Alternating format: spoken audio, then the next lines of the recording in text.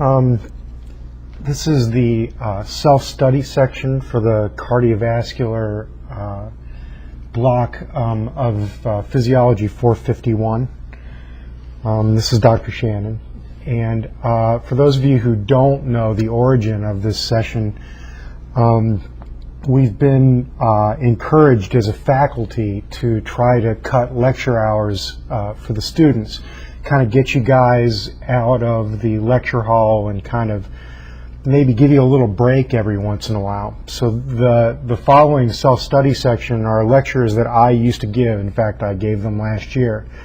Instead of giving them to you, I'm asking you to read this section and also to watch this video, which is effectively the lecture that I used to give, but you can listen to it in your own time and at your own comfort level.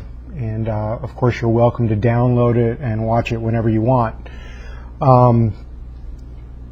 So sit back and relax, pause it whenever you feel like it. I'm certainly going to do that as I sit here and talk.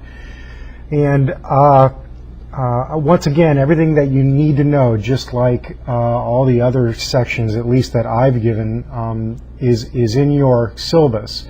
And in fact, just like a regular lecture, you can follow along in the syllabus and watch as I go more or less write down it in my own fashion and hopefully in my own words. Maybe I can give you guys a little bit of a different perspective, a little bit of a different view of what's going on. And all these slides will be on WebCT as well, and you're welcome to download them. So we're going to talk about the cardiovascular system. The cardiovascular system is one of the three main coordinating and integrating systems in the body. The other two are the nervous system, which is involved primarily in communication. You guys have a whole course describing neurophysiology and neurobiology. And the endocrine system will be taught in the next quarter by Dr. Michael.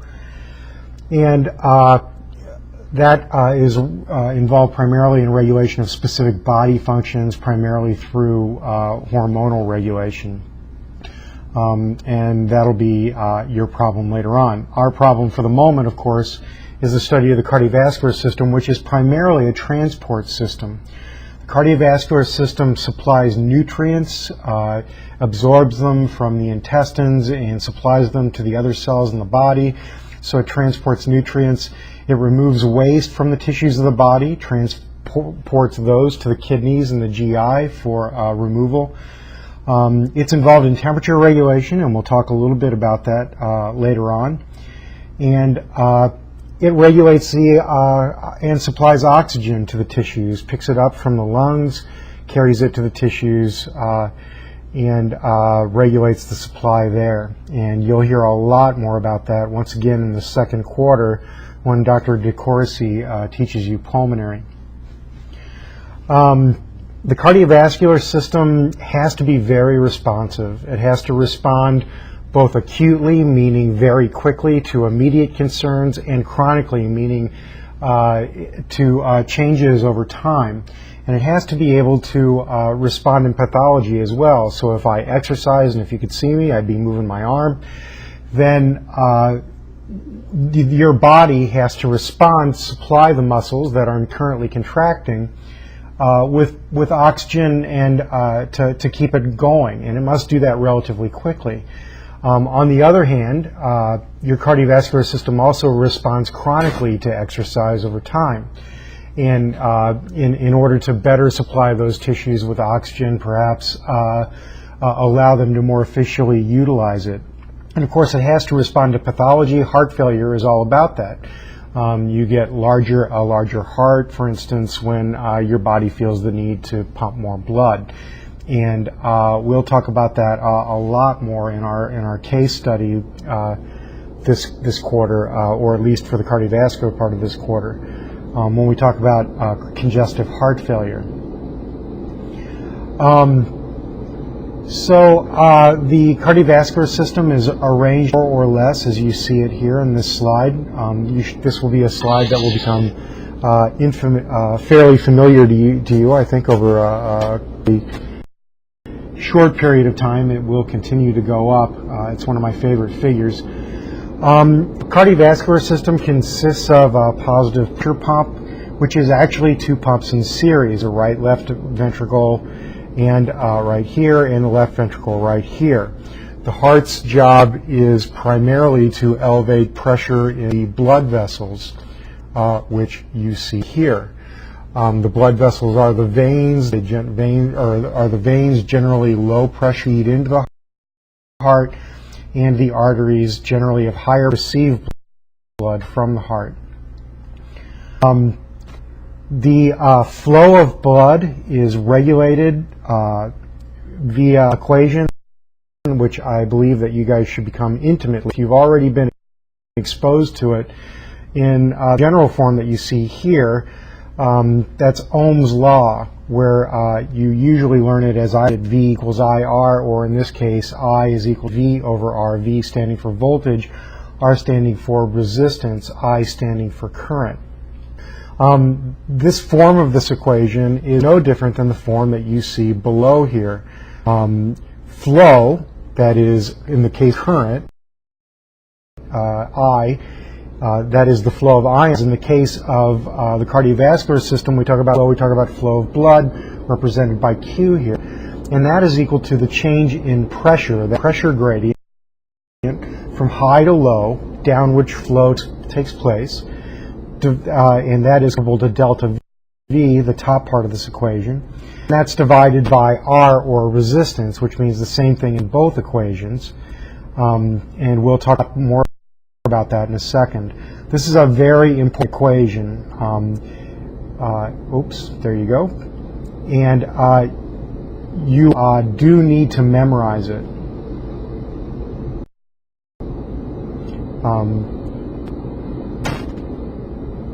All numbered equations in the syllabus you do need to memorize. So it isn't hard. It's a 3-term equation. Don't panic.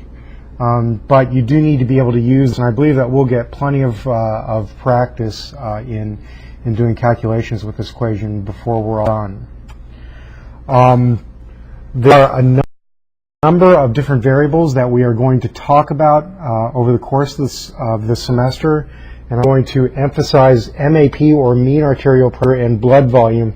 These are regulated variables. What that means is that the body tries to keep these two variables, the cardiovascular system tries to keep these two variables as constant as possible. All other variables are controlled variables. That is, they are changed variables, and they are changed generally in order to keep mean arterial pressure and blood volume the same. Okay, so things like heart rate, things like stroke volume, these are things that will change in order to keep mean arterial pressure the same. Your kidneys will regulate blood volume by changing a variety of different variables and try to regulate the blood volume over time and keep it the same. You'll learn a lot more about that in renal, which is coming up with Dr. Phil. So the blood vessels can be characterized in a variety of different ways. The cardiovascular system is organized starting with the aorta, and in terms of the arteries working your way down, and the diameter decreases of these vesicles as you go down vessels decreases as you go down toward the vessel beds, and you can see that right here where the aorta starts the highest. The artery is a little bit smaller than that. Then you get down into the arterioles and the capillaries and the venules, and the veins once again a little bit larger coming out of that, and then the vena cava considerably larger than that. So we start large, we go small, we start large, we go small as we approach the vascular beds from either side. The walls also become thinner as you go down toward the vascular beds, generally speaking. You can see that here, starting with the aorta and the vena cava, which are a couple millimeters, and extending down to the arteries and veins, which are less than that. And then, of course, you can see the walls of the arteriole and the capillary, the venules. These are considerably smaller on the left of your screen, on the right of your screen, excuse me. Okay, so The arteries are relatively more muscular as you go down the tree. I know that sounds confusing because the thickness of the wall is declining as you go down the tree, but note the word relatively. That is relative to the composition of the wall made up of the rest of the tissues, like the elastic tissue, the fibrous tissue. You generally find more and more smooth muscle as you go down the tree until you hit the arterioles. The reason the arterioles have more muscle relatively than any of the other vessels is because they are the stopcocks of the system. They are the principal points of resistance, and that is fairly important, and we'll talk more about that in a minute. Note that the elastic tissue in the aorta and the large arteries is relatively high. There is a reason for that. These tissues do need to stretch, and we'll also talk about that quite a bit in just a second. Note that the capillary walls are extremely small. They consist only of the endothelium. They are, in fact, only one cell thick. That is good because the primary role of the capillary in the cardiovascular system is exchange of nutrients across the wall, and you want a thin wall in order to do that. Blood is eventually returned to the right atrium via the venules and the veins, and you see those here. And of course, these gradually decrease in number as you go from the capillary beds to the veins and finally to the vena cava, where of course you only have one vessel feeding into the atrium, or at most two, depending upon whether you consider the superior and inferior different. I think they merge before they hit the atrium. Okay, so the general way in which blood flows is what you see here. In poor blood, it flows right atrium. It then blows atrium through a valve, the AV valve. You've heard all this before. I'm just briefly reviewing it. And then the right ventricle contracts, pumps the blood into the lungs, where it releases the waste gases, carbon dioxide for the most part, and picks up oxygen. At number 4 in this little movie here, the newly oxygenated blood returns to the left atrium. It eventually enters the left ventricle through the left AV valve, and then the left ventricle contracts and pumps the blood out through the aortic valve at the last stage, and into the aorta and out to all parts of the body through the vessels that I just described.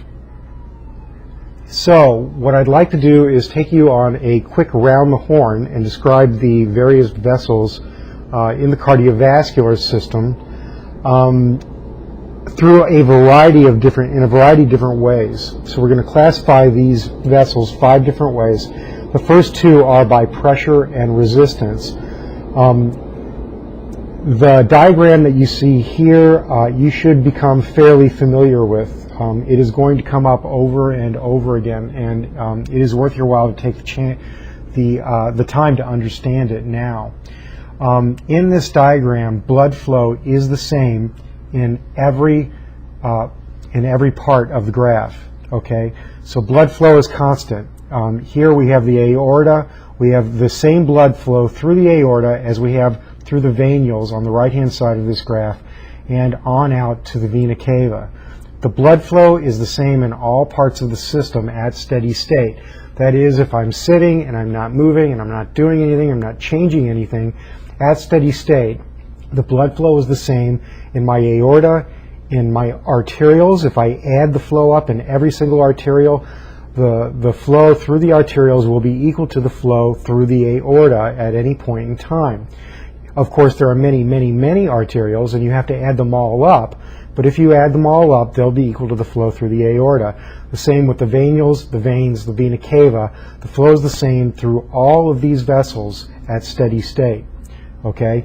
But bear in mind, I'm not talking about a single arteriole or a single capillary. I'm talking about adding them all up together, add up the flow through each individual capillary, and that gives you the total flow through the capillaries, and that's what we're talking about when we look at this diagram. So the flow is the same in all regions from left to right. Okay?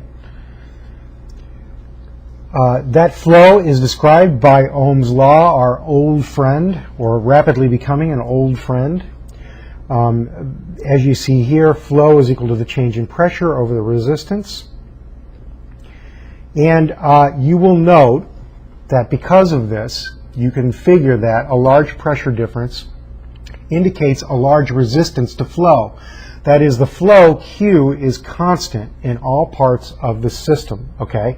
So the pressure gradient is an indicator of how big R is. If R is big here and flow is the same, then the pressure gradient must be higher than when R is small.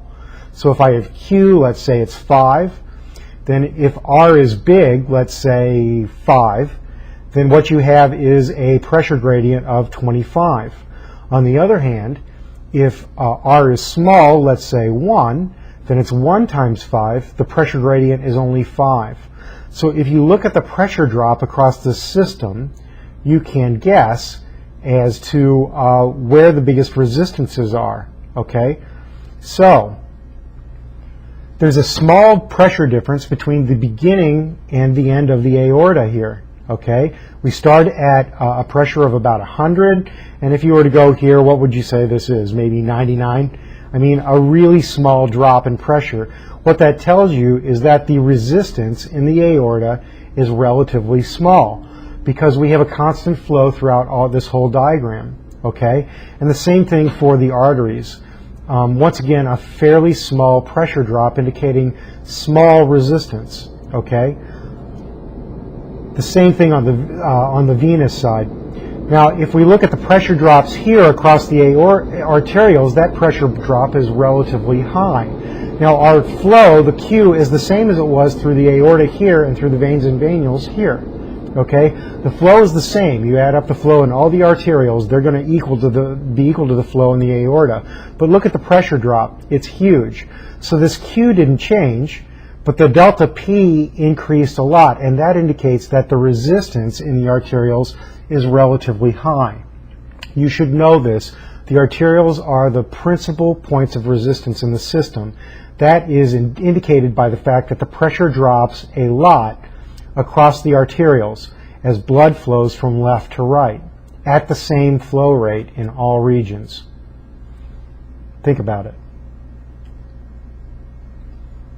Resistance is strongly determined by the radius of the vessels. That should tell you that the arterioles are the vessels where the radius changes the most. That's why they're the most muscular. If the smooth muscle contracts, the radius of the vessel declines, and you get a fairly big increase in resistance. If the smooth muscle relaxes, you get dilation, a large increase in the radius, and the resistance goes down quite a bit. Okay, so the resistance is inversely related to the radius of the vessel, and it is strongly related to the radius of the vessel. And we'll talk about that in a moment. The third way that we classify vessels is by compliance. Compliance, as many of you will remember from the heart lectures, is equal to the change in volume for a given change in pressure. That is the change in volume that you get for a given change in pressure. You can also think of this as the other way. If you force a given volume into a blood vessel, if the pressure change is high, then you have a low compliance. If the pressure change is low, then you have a high compliance. Okay, so it can be flipped over, but compliance is equal to the change in volume per change in pressure. So if we look at this graph here, we have an artery and a vein, okay? And the first thing that you will notice is that the compliance of the veins is relatively high. That is, we have a fairly high slope of this relationship. For a given change in pressure, we have a very high increase in volume. That is, we have a high compliance. That can be compared to the arteries, where relative to the vein, we have a lower compliance. For a given change in pressure, we have less of a change in volume. So let's say the pressure changes from 5 to 20, let's say 15 millimeters. We get this huge increase in pressure in the vein because we have a very compliant vessel. On the other hand, if I go up about 20 millimeters here, I don't have nearly as big a change in the pressure, maybe from here to about right here in the artery. That is because at normal operating pressures, the artery has a relatively low compliance, that is relative to the vein. Okay? We can also classify blood vessels in terms of the volume that they generally contain. Veins have by far the highest blood volume of all of the vessels in the cardiovascular system, is represented by this graph. 66% of all of the total blood vessel in the body, of the total blood in the body, is contained within the vessels and the venules. A huge capacity for storing blood, and that's because they have a high compliance. That is, it doesn't take a whole lot of pressure to allow you to store a very high volume of blood in this compartment. Okay. You will also notice that the arterioles and arteries don't contain much blood volume, and what blood volume is contained here is mostly in the arteries. The reason why that is important is because we're going to talk about arterioles dilating and contracting quite a lot. And you might as well realize up front that when that happens, you don't change the volume in the arteries all that much. In other words, you're not squeezing blood out of the arteries. You're not squeezing a significant amount of blood out of the arteries when those vessels contract. So the blood volume in the arteries and the arterioles doesn't change all that much with constriction and dilation of the arterioles. So when we get changes in resistance, you can more or less ignore the change in volume in this part of the system. We can also classify our vessels by velocity. Velocity is different from flow. That velocity is displacement of a volume a certain distance over time. Flow is measured in volume over time. Here's what I mean. Velocity is measured in centimeters per second. We're not talking about a volume of blood moving. When we talk about velocity, what we're talking about is the rate at which the blood is moving. So if you think about it in terms of a single red blood cell, we're talking about the rate at which that blood cell travels. So it's going to travel a certain number of centimeters through the vessel over a certain period of time. On the other hand, when we talk about flow, we talk about volume over time. That is the volume that's flowing per second. And the flow is equal to the velocity times the cross-sectional area in the vessel that we're talking about. So we talk about velocity, we talk about displacement of blood over time. So imagine this section, this blue section, in a small vessel and a large vessel. And let's say, you're looking at a molecule of water in that section. It doesn't really matter, okay? And if we were to measure the velocity in these two vessels, as that blue section moves, you can see that blue section moves the same distance in 1 second. So a molecule of water in this section moved the same distance in 1 second in the small vessel as it did in the large vessel. Therefore, the velocity in these two vessels is the same. Okay, despite the fact that the large vessel is moving more blood in a second, we have the same velocity of movement. That is, one molecule of water in this section moved the same distance in 1 second in the small vessel as it did in the large vessel. We have the same velocity in these two vessels. That is to be contrasted with flow, and that's easily demonstrated in the figure down here at the bottom. The flow going in and out of this container is exactly the same. So the flow is the same going in and coming out, okay? So we have a constant flow throughout every section of this. If 10 mils per second is going in, 10 mils per second have to go out the other end. You guys know that. Whatever enters has to leave, right? But look what happens to the velocity in the different sections of this. Our initial velocity in section A is 5 centimeters per second. Okay? Our cross-sectional area here is 2 centimeters squared. So we have 2 centimeters squared. We have 5 centimeters per second. Our flow is 10 cubic centimeters per second, or 10 mils per second. Okay?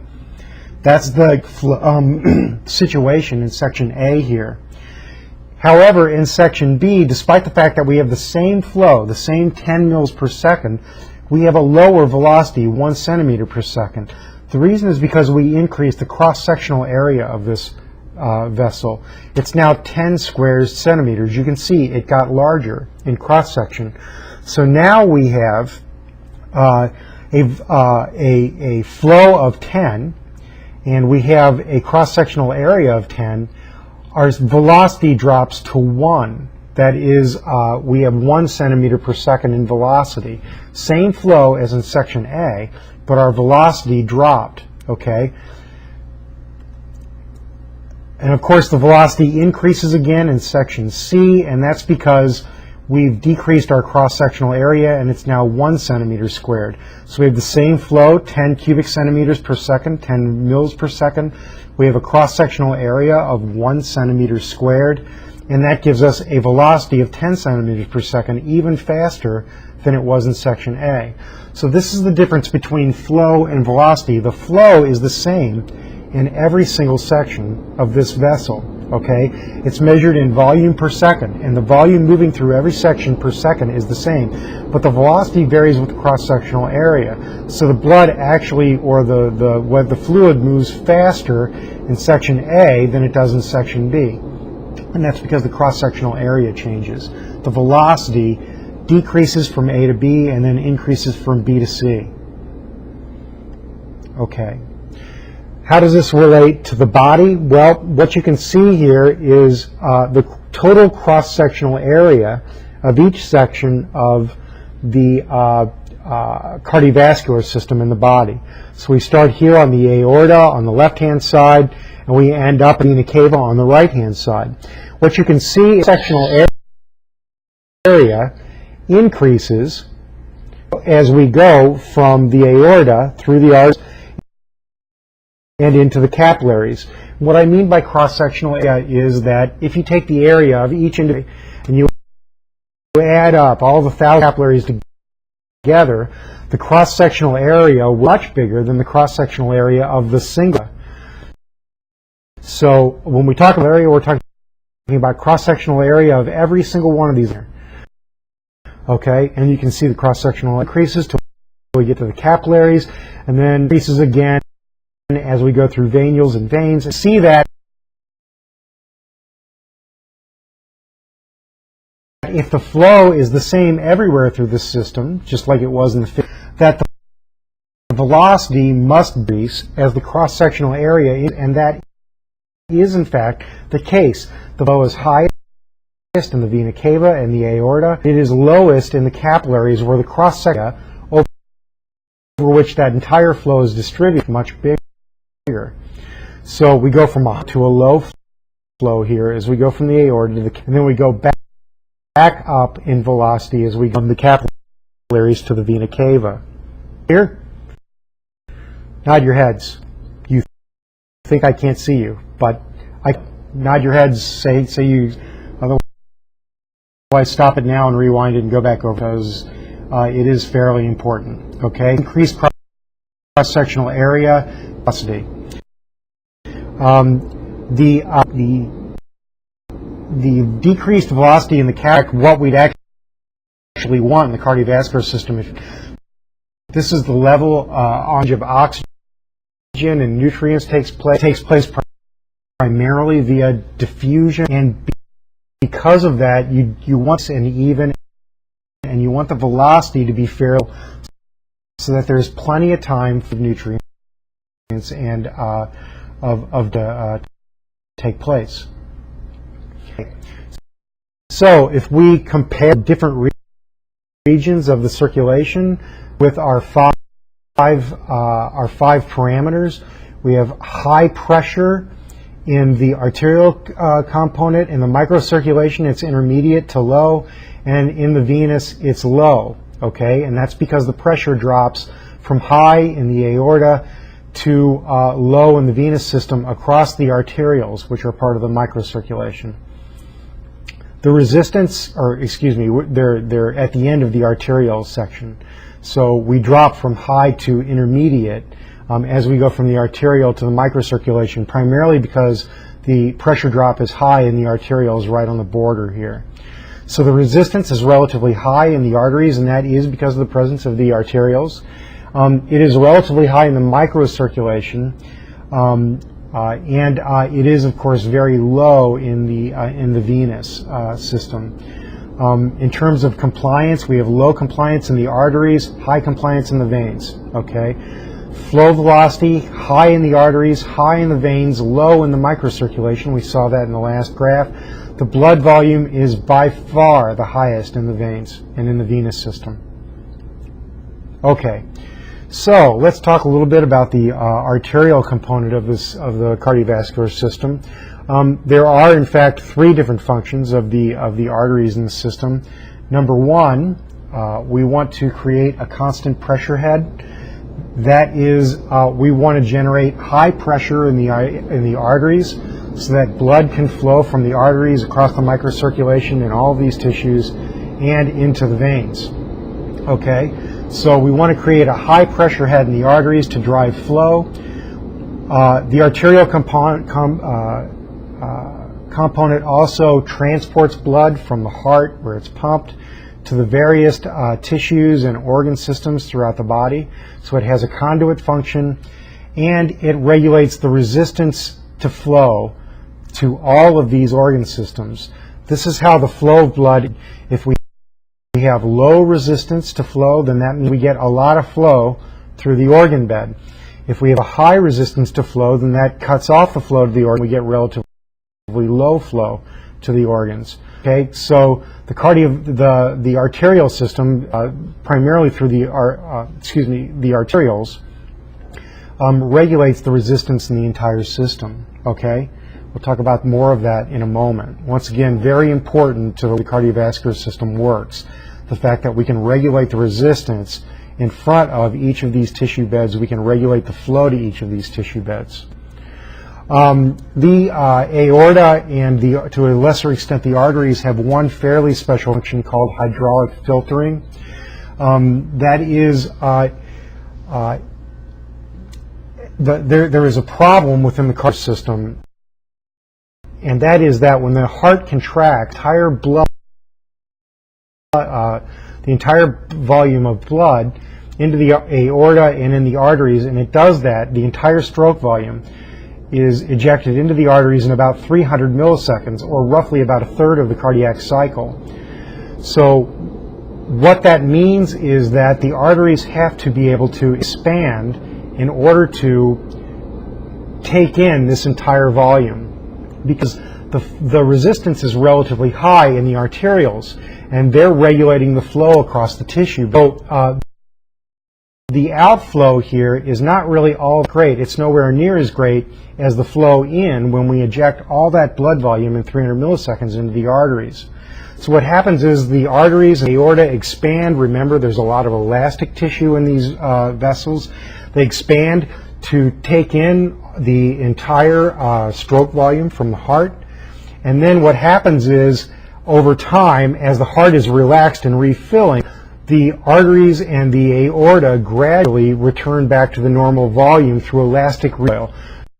That is, the walls expand, and then it's like a balloon. You know, they gradually come back to their normal size, and as the pressure decreases and as blood flows out through the arterioles and into the tissues. What that does is it creates a nice flow on the level of the tissues. The blood to just flow during that initial 300 milliseconds on the level, for instance, of the capillaries. We don't want a big rush and then have it just sitting still accumulating carbon dioxide. We really want a nice steady flow of blood so that our metabolites have plenty of chance to diffuse to and from the tissues, and that steady flow is accomplished through this hydraulic filtering, as you see here. Okay. The pressure in the arteries is measured as what we call the mean arterial. Okay. the mean arterial pressure is not what you probably think it is. That it isn't just the average between the peak and the lowest diastolic point in the pressure. That is what initial thought is. Unfortunately, it's not correct.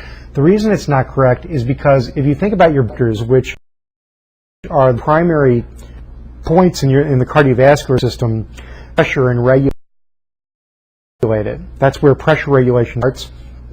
We'll talk about that in a second. The baroreceptors are located in your carotids. Your baroreceptors do not pressure pulse and go, okay, I'm starting at about, I'm going. So the mean be somewhere in between there, and then all the calculations are done in the nucleus. It doesn't work that way. It doesn't calculate what the mean pressure is. You can't pick on a trough and go, okay, what's halfway in between? What happens is your baroreceptors see this entire pressure as it goes up and peaks and comes back, detecting pressure the entire time. And the output from the baroreceptors is proportional to what it sees over the entire time that you see here. It's proportional to the average pressure. At this, your pressures here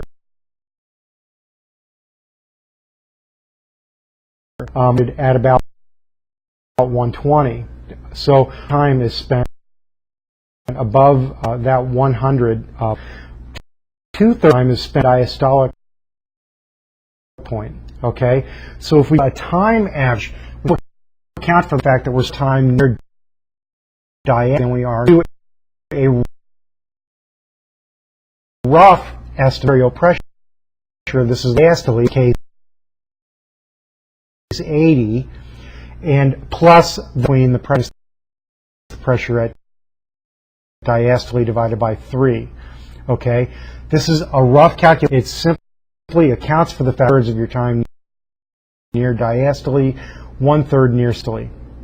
Okay, mean arterial pressure. That mean arterial pressure is fairly in terms of how the cardiovascular system works. You're familiar with Ohm's law already. See, it keeps coming over again. It's worth learning. Different pressure in this case is equal to the resistance.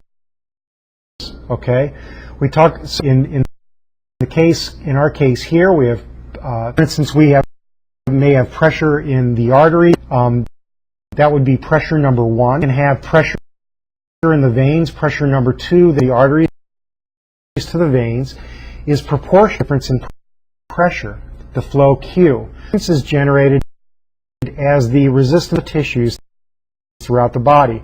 So if we're talking about Ohm's law as it applies to the cardiovascular system, we're talking about the pressure in the veins and flow throughout the entire body to veins, and we're talking about the distance across each of these vessels from arteries to veins. Okay, Ohm's law in terms of the entire system about pressure driving flow. We're talking about flow from right to left in this case, arteries to veins, proportional to the and the resistance proportional to the resistance in this case for flow. So what does that mean to us? Well, in the arteries is equal to the mean pressure as far as the cardiovascular system is concerned. So we can take that and we can subtract P sub V, and that gives you delta P, the entire system. Okay? The cardiac output is equal to the whole system, and the resistance of the system is equal to the total peripheral resistance. That is the resistance generated by all these sets of arterioles across the entire system. Okay? Equation can reduce to equation in your notes, which you see here. Mean arterial pressure output times TPR. That's because the is extremely small. The purposes of this equation, we can ignore it. It is a fairly important equation. It is okay. So the mean arterial pressure equal to the cardiac output times the total peripheral resistance. Said that the total peripheral resistance is the resistance generated by all the arterioles in this system across all these beds. And the cardiac output is the stroke volume times the heart rate. And so if you look at our little graphic here, the stroke generated when the ventricles contract and blood is ejected ventricles, and that times the total cardiac output, that is the amount of flow per minute. So it is simply a volume. Heart rate is number of beats. This is volume per minute, beats per minute, volume per minute, that's cardiac output. So our mean pressure is our regulated variable in this system. Remember, blood, mean arterial pressure, these are regulated variables. Stroke volume and total peripheral resistance are controlled in order to regulate mean arterial pressure. We want to keep mean arterial, in this case, about 93, okay? Change the total peripheral resistance in order to arterial pressure. It does that primarily through the barrel reflex. We will talk about a lot in a future lecture, okay? This is the way that the cardiovascular system works. This is the general paradigm if you want to look at it in terms of Ohm's law on the whole. And again, really important. The equation, as they are stated in your syllabus, mean arterial pressure is the cardiac output times total resistance. Cardiac output is equal to heart rate times stroke volume. These are statements of causality. That is, the body regulates mean arterial pressure by changing cardiac output and total peripheral resistance. Mean arterial pressure is determined by the cardiac output and the total peripheral resistance. Okay? This is not a statement of causality. The total peripheral resistance is not determined by the mean arterial pressure and the cardiac output. Your body does not change mean arterial pressure and cardiac output in order to regulate total peripheral resistance. It changes these two in order to determine what this is going to be, and generally speaking, it tries to regulate it, keep it constant. It does not change mean arterial pressure in order to determine what total peripheral resistance is. Total peripheral resistance is determined by the states of the arterioles. If they're constricted, you have higher resistance. If they're dilated, you have lower resistance. All right? This is not a statement of causality. Your body does not change mean arterial pressure directly in order to determine total peripheral resistance. That is determined by the blood vessels. Similarly, this is a statement of causality. Your body controls heart rate and stroke volume. It changes them in order to regulate, or in order to determine what cardiac output is. It does not change cardiac output. It changes heart rate and stroke volume to determine what cardiac output is. It does not change cardiac output to determine the heart rate. The heart rate is determined by the depolarization at the SA node, right?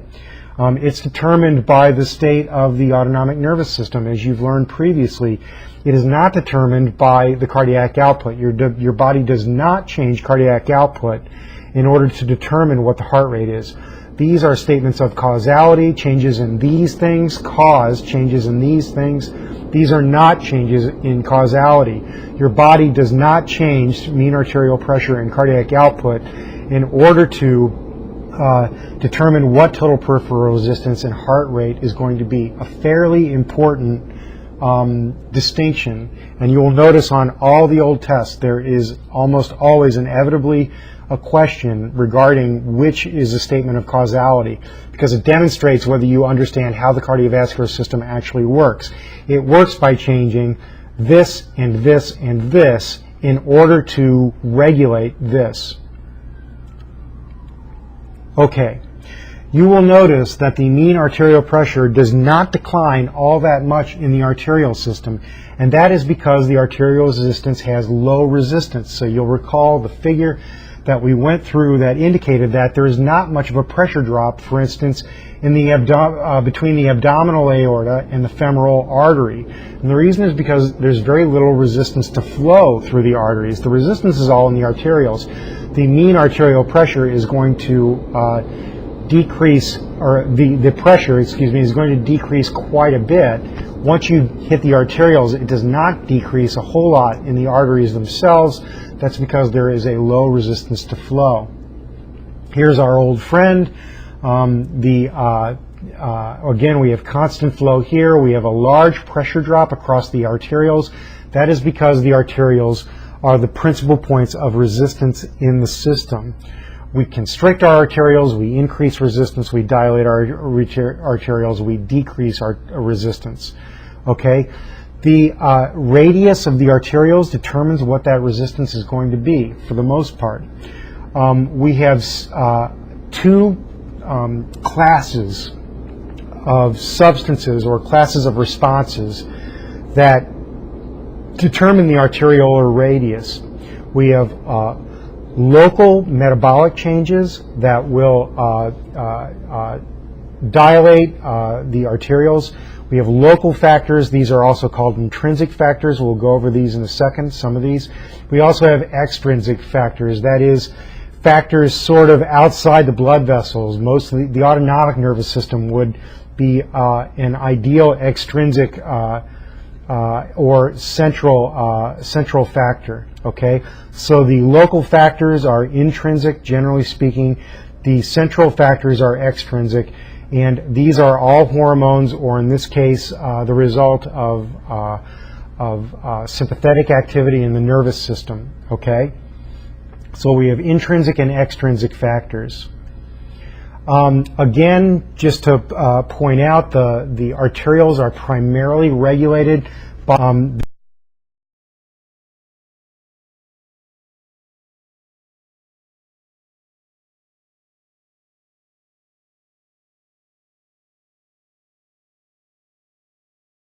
being transferred.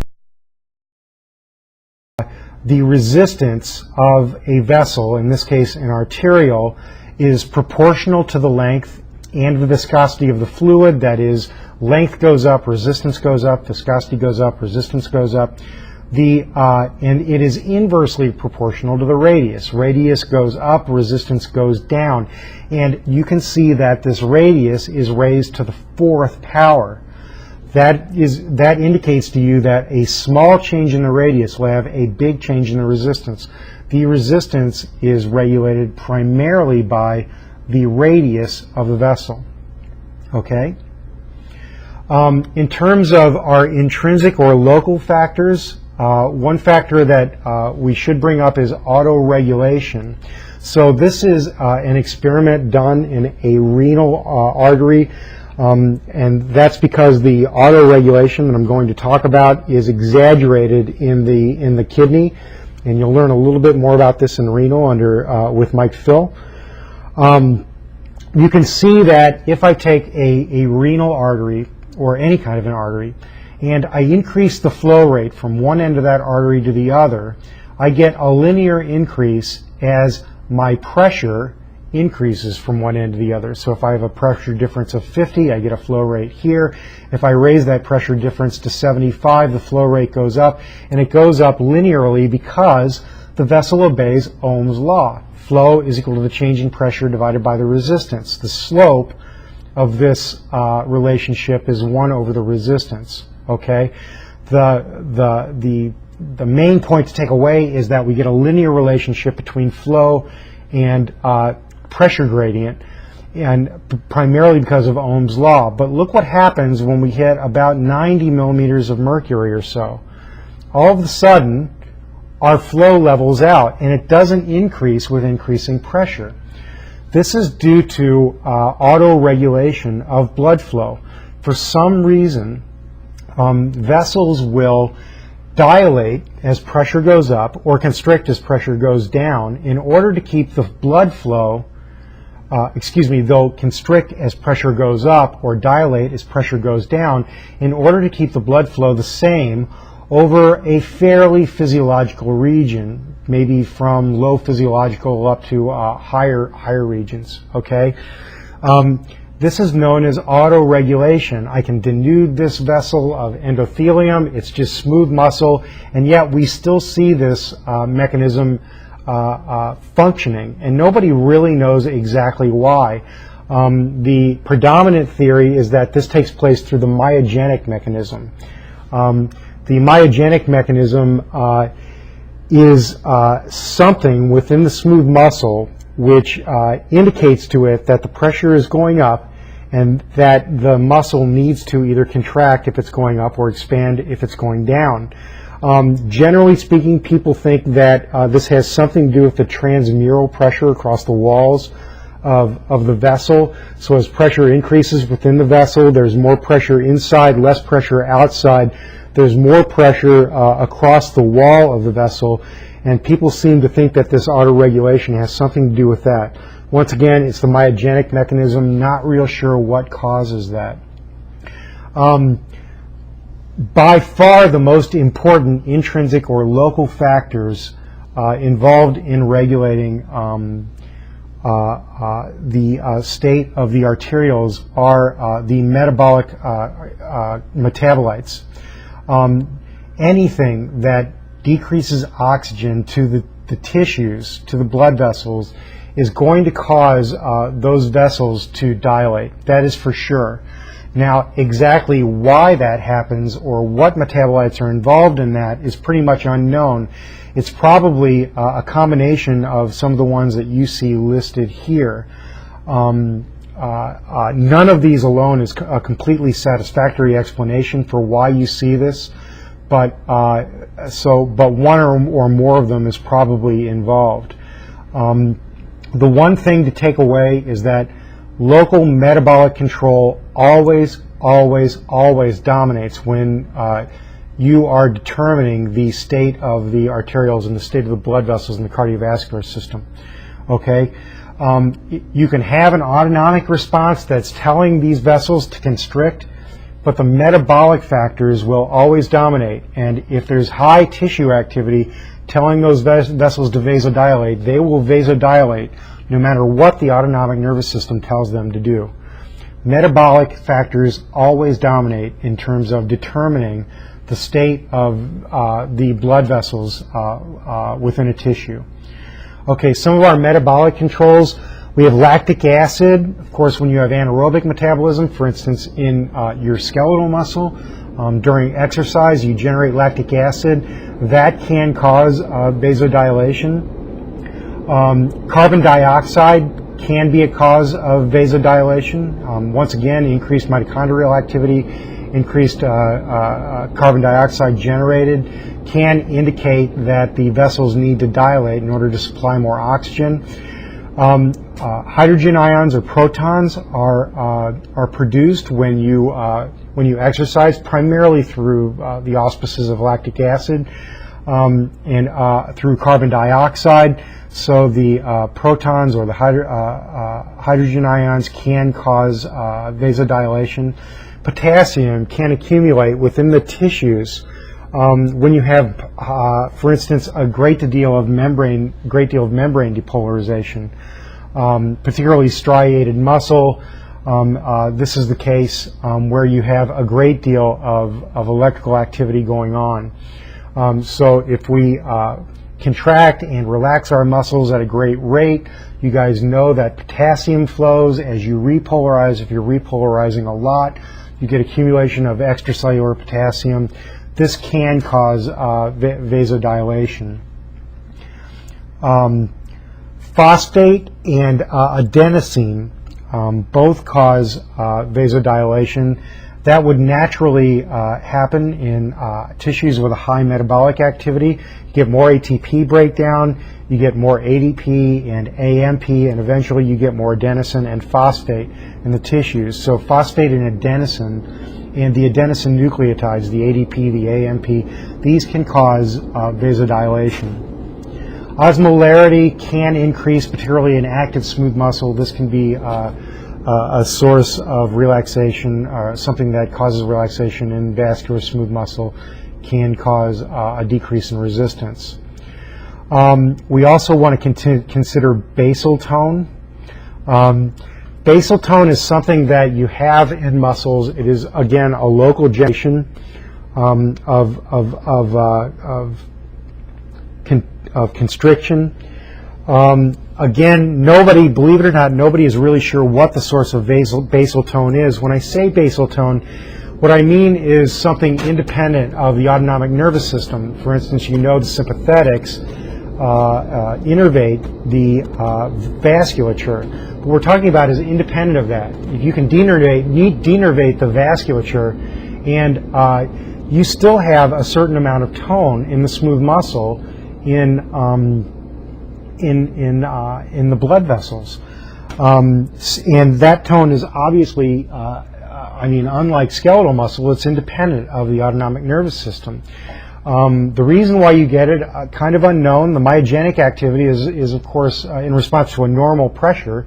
So I just showed you myogenic activity in terms of autoregulation. You put normal pressure in a blood vessel, you may get myogenic activity, which can generate some of that tone. High oxygen tension in arterial blood can result in some constriction and some basal tone. The presence of calcium ions in the plasma, as the calcium gets into the smooth muscle, this can cause a certain basal level of contraction. And there can be other unknown factors in the plasma that may be involved in generation of this basal tone. It's probably a combination of any or all of these factors that results in the generation of that tone. In terms of extrinsic factors that affect the vessels, by far the most important is the sympathetic and nervous system. Both, it says here, both sympathetic and parasympathetic innervate the blood vessels. That's true, but the parasympathetic innervation is restricted pretty much to the blood vessels of the external genitalia. So if you consider, for instance, vascular arterioles and skeletal muscle, we're just talking about sympathetics here, release of norepinephrine. This acetylcholine is sympathetic cholinergic activation. That is, we get release of acetylcholine from sympathetic nerve terminals. So this is sympathetic innervation of the skeletal muscle arterioles. So both the alpha and beta receptors are present here. And of course we have the M3 receptors, which are generating your sympathetic cholinergic response. We went over that in the autonomic nervous system. So this figure sort of dissects and indicates what the factors are involved in control of the vascular smooth muscle. Again, this is a skeletal muscle arteriole. And we have flow on the y-axis. We have time on the x-axis. You'll note I've put our good old friend Ohm's law on this figure, and that is because the flow decreases as vasoconstriction takes place, that is, as resistance increases in this figure. So if I stimulate the sympathetic fibers to this vessel, and I repeatedly stimulate that fiber, what I get is a vasoconstriction. That is, I get a decrease in the radius of the vessel and a decrease in flow. And that is due primarily to the alpha receptors in the smooth muscle of the vasculature. If I block those alpha receptors and stimulate the sympathetic neurons, I get a vasodilation. We know that because flow increases. Flow increases, the pressure gradient is the same across this vessel, therefore the resistance has gone down. Resistance goes down, flow goes up. Looks like I have a mistake on this thing. That should be change in pressure over resistance. So increased resistance causes decreased flow in this figure, and decreased resistance causes increased flow in number 2, and that's because we've blocked the alpha receptors. So we've stimulated our neuron. I apologize for the mistake in this very important equation. It should be delta P over R. Sympathetic stimulation, in this case with our alpha receptors block, uncovers a vasodilation, and this is due to sympathetic cholinergic activation. That is, we have acetylcholine being secreted from the sympathetic nerve terminals binding to M3 receptors in the endothelium, and those M3 receptors result in dilation of the vessel, that is relaxation of the vascular smooth muscle, okay, through a very long complicated pathway which we went over in the autonomic nervous system section. It may be worth your time to review that if you can. Okay, so this is sympathetic cholinergic, but what if I block the muscarinic receptors? We still have a very slight vasodilation left. This is due to the effect of beta-2 receptors in the vascular smooth muscle. So we still have some dilation, some increase in flow due to the decrease in resistance that we see here, vasodilation. Finally, if we block all of the receptors, we get a flat line here. We can stimulate our sympathetic neuron all we want. Nothing happens to the vascular smooth muscle because we've blocked all the receptors that are involved in the response. This is the autonomic nervous system in terms of the vascular smooth muscle. So the dominant effect of sympathetic stimulation is vasoconstriction through the alpha receptors. The sympathetic cholinergic response is anticipatory. That is, this happens first and it's transient, okay? So if I'm getting ready to exercise but I haven't started yet, I might get excited, my sympathetic system kicks in, and I get an increase in flow to all of my muscles to pre-oxygenate them, right? But the sympathetic cholinergic dilation that you see here is transient.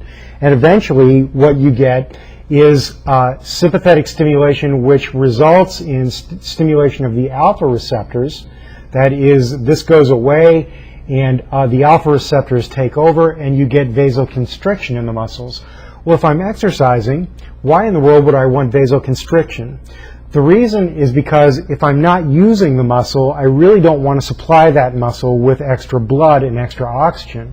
I don't want that oxygen to go to muscles that aren't exercising. So the dominant effect of the ANS is vasoconstriction, okay? But if I'm exercising the muscle, local metabolites build up. We just went over the local responses, right? Local responses always dominate. So the local metabolites build, carbon dioxide, lactic acid, whatever, and I get vasodilation, which overcomes the sympathetic constriction in that muscle. Meanwhile, the muscles that aren't exercising, if I'm just sitting and I'm just moving my arm like I am now, if you could see me, you'd see me moving my right arm. In my right arm, I'm getting vasodilation, but in my left arm, which is sitting right at my side, my left arm, there is vasoconstriction because I don't need extra blood flow to that skeletal muscle. One of these days I'll put a camera up and maybe I'll put a picture of myself next to these slides so you guys can see what I'm doing. Perhaps I'll put clothes on for that one though. In any case, okay, so we're talking about regulation of resistance. The reason why regulation of resistance is important is because it's through the resistance that we get a distribution of blood flow to all the tissues. So you can see here I have 20% of my blood going to the digestive system. I have 20% going to the kidneys, only 6% to the liver. I have 13% to the brain. What regulates the flow to each of these tissues is the resistance, or the arterioles, across which the blood is fed to these tissues. So I have a constant pressure gradient across the system, right? Mean arterial pressure on your right. We have venous pressure on your left.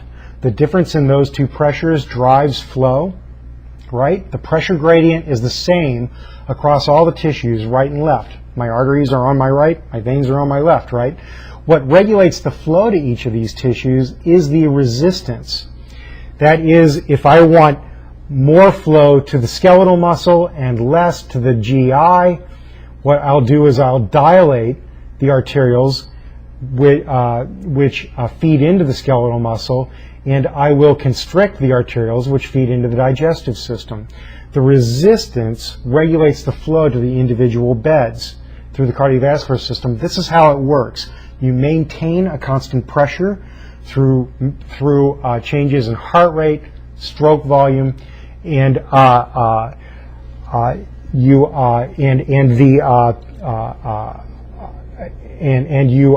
you control the flow to each individual bed through changes in the resistance. Okay, right here. Okay, constant pressure that you try to maintain. Constant pressure. You try to regulate flow to individual beds by changing the resistance to flow in each bed. Okay.